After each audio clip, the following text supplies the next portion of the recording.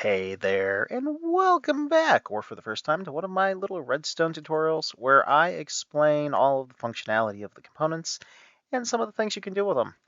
As you can see today, if you've seen my other episodes, today is relatively small because we're just talking about the hopper.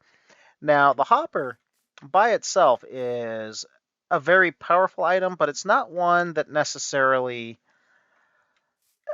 has a lot you need to know about it, right? So basically, the hopper can take items and it can push them into different things. Now you can see these two hoppers look a little different.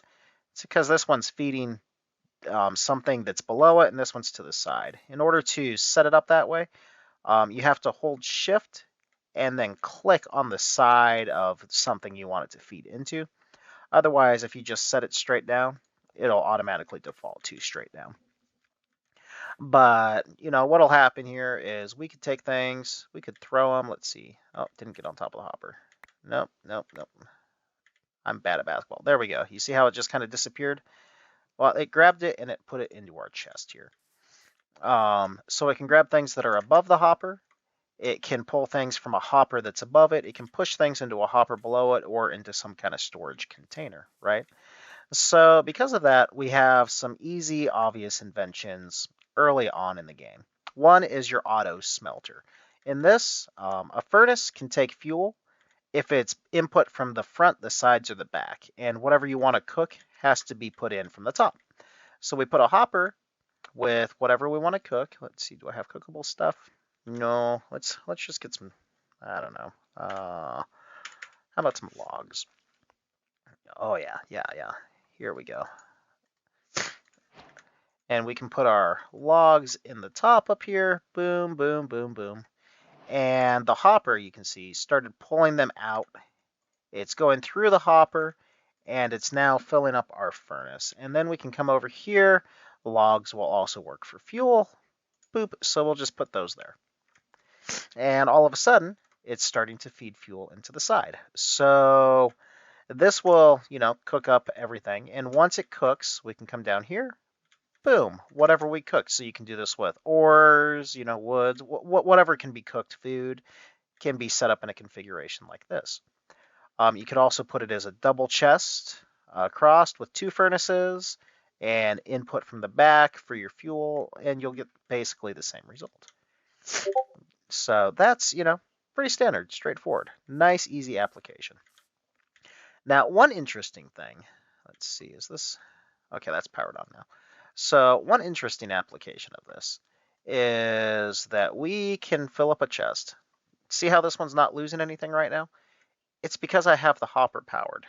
This switch is on, which is powering this block, and since this block is powered, it can power blocks next to it, so the hopper is currently on. As soon as I flip this switch and turn the power off, now my stuff starts to flow from one chest to the other, but if I want to stop it again, we're now stopped. So that is, in total, the full functionality of the hopper. Everything you really need to know about it. You can throw things across the top. So some people will use water streams, which we can set up over here in just a moment. To move items, some people will just use a hopper pipeline. So something, one hopper into the next, something like this. And then we'll just throw a chest on top of it. So this is an item sorting system. This will automatically sort out your items. And we've actually discussed every single component in this now.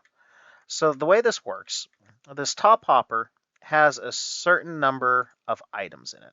Okay, so we've got dirt in this one. Let's come up here.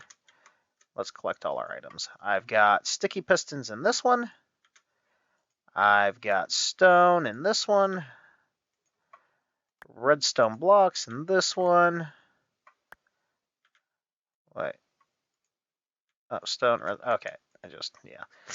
Bamboo in this one. And some sand in this one. Okay. So the way this works, a comparator looks into storage devices as one of the things it can do.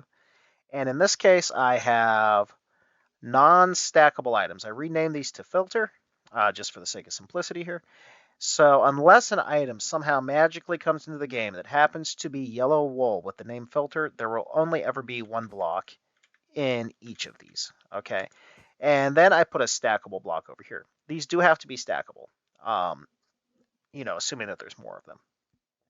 And then I put my other stackable item. Once I get up to the magical number of 41 here, so 41, 2, 3, 4, 5, 45 total items in here, assuming these can be stacked up to 64, this will send out a signal such that, or it'll stop sending out a signal. I'm sorry. Stop sending out a signal that will be able to power this redstone, which means none of this does anything down here until we get one more item in there. Once we get one more item, let's just go ahead.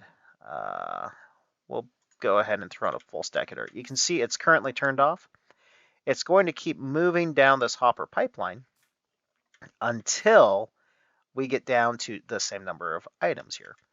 And this redstone torch is powering this block, which is up against this hopper, so it's locked. So you'll see there's nothing in it right now, but that's because it is now, released everything that it can. And if I come down to this chest, boom, 23 items, right? So I can take my things that I've sorted into this system, throw a bunch of them in here. Let's do some of that. Let's do some of that. And boom, what did I have in there? Some sugar cane, things like that, right? So we can come across, and since I put, what did I put in there first? Was it redstone blocks? Yeah, redstone blocks. So it's currently feeding redstone blocks across. And this is catching all the things.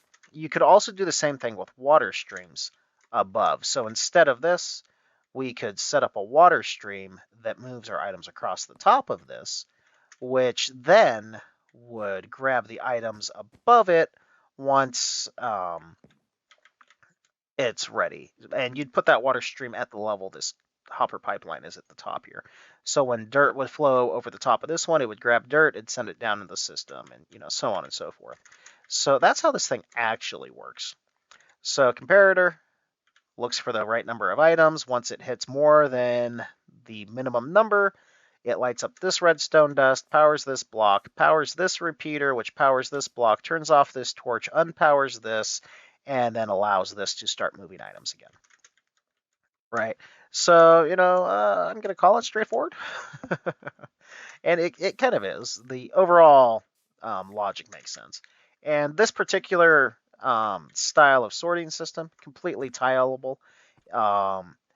It doesn't matter how these things try to move power. It'll only be able to send out enough power to light up one redstone dust at a time. So now we're getting whatever's in this one, stone. So that's moving. You can see that that's pulsing. Now I'm getting some of whatever this is, which is sticky pistons. And this guy, slowly but surely, emptying out. And as we come down here, we can check dirt, and the sticky pistons, stone, redstone, nothing right now. And it'll just keep going through. So this is a really good way. If you got a lot of stuff that you need to sort out, you have trouble finding it all the time, setting up something like this is like amazing. One key thing that you have to know. Hoppers will push if they're pointing into something. So for this to work, these hoppers that the comparator's looking at cannot be pushing into the block below them because they'll just go ahead and fill it up regardless of what's in there, and then you can clog your system.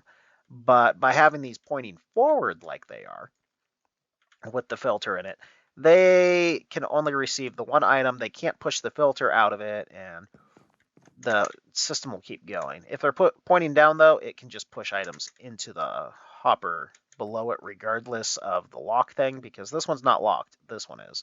But you can still force something into a locked hopper. So, yeah.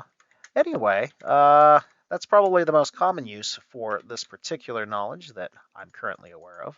But any of your automatic farms, anything like that, the hopper is your key component that you need to be able to do all of the little things for collecting and all of that. So one of the most exciting things in Minecraft, even though it's pretty simple.